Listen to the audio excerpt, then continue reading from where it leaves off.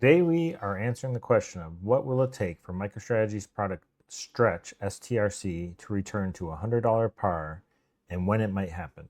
Welcome to Drama-Free Bitcoin, where we have a calm and relaxed take on the Bitcoin market space. This chart shows Stretch at $100 par for the first 5 months of the year, with one big sell-off in February when the markets were turbulent.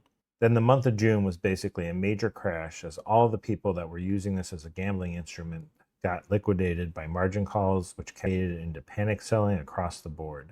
Traders were borrowing on margin at 4 to 5% and buying Stretch, yielding 11.5% at the time, to make a quick 6 to 7% spread. Many were doing it with extra leverage to get 3x or higher returns. When the market started testing them, it created a cascade of forced liquidations, and many people using this as a retirement vehicle also sold in a panic. A few investors bought the dip, hoping for a quick return to $100 like in the past, and they made a good return so far, but it's going to take a while to heal the damage this volatility has caused to the market.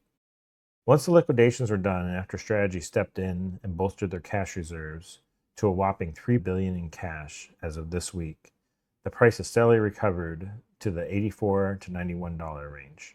Today is around $89.78, which is an effective yield of 13.37%. Since it has been trading for a month in this range, that means that the public is demanding a 13.5% to 14% dividend rate to account for the volatility and risk, and also because SATA by another company, Strive, is a few dollars below the $100 par as well, and is at the exact same 13.37% effective rate. This backs up my thesis that the market is demanding a higher return from these products and that there's nothing essentially wrong with them. The secondary market lets the price drift up and down to see where the demand is and if the price falls. That means anyone buying it today is getting more shares at a lower price, which gives them a higher return overall. When the price is recovered to $100, then the dividend rate will be the published rates of the investments, which are 12% for Stretch and the percent for SATA. I expect that both companies will need to raise their rates to 13.25% or even 13.5% to get back to the $100 par, or for the market to calm down over time, which could take 6 to 12 months or longer, and get back into a Bitcoin bull market, which would help as well. A combination of these things can help the price recover sooner. Stretch is likely to raise its rate tomorrow on July 31st again to either 12.25% or hopefully 12.5%. Every 1/4% that they increase should raise the price by $1.87.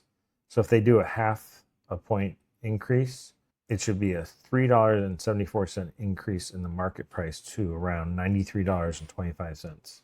This showcases exactly how mechanically raising the dividend rate brings the price back towards $100 over time and how quickly. One thing is, though, that as the price rises, a lot of people that were spooked by the sell-off want to get out, which means that there has to actually be demand to purchase these instruments, including Stretch.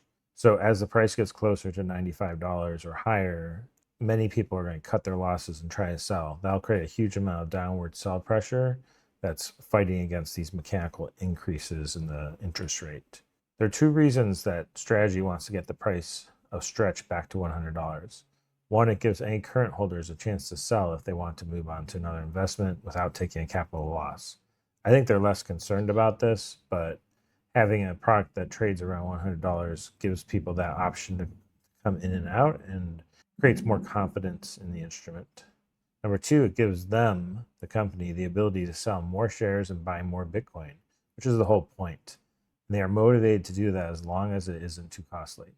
Assuming they increase the interest rate by 0.5% this month, and then next month do the same thing, that will get the price to about $97, and some improvement in sentiment could take it the rest of the way.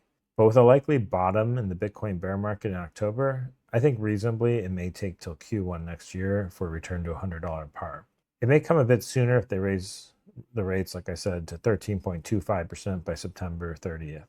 That's all for today's update. Remember, this is not financial advice and you are responsible for your own choices. Please like and subscribe for more content like this and leave a comment below with your predictions. And as always, stay calm out there.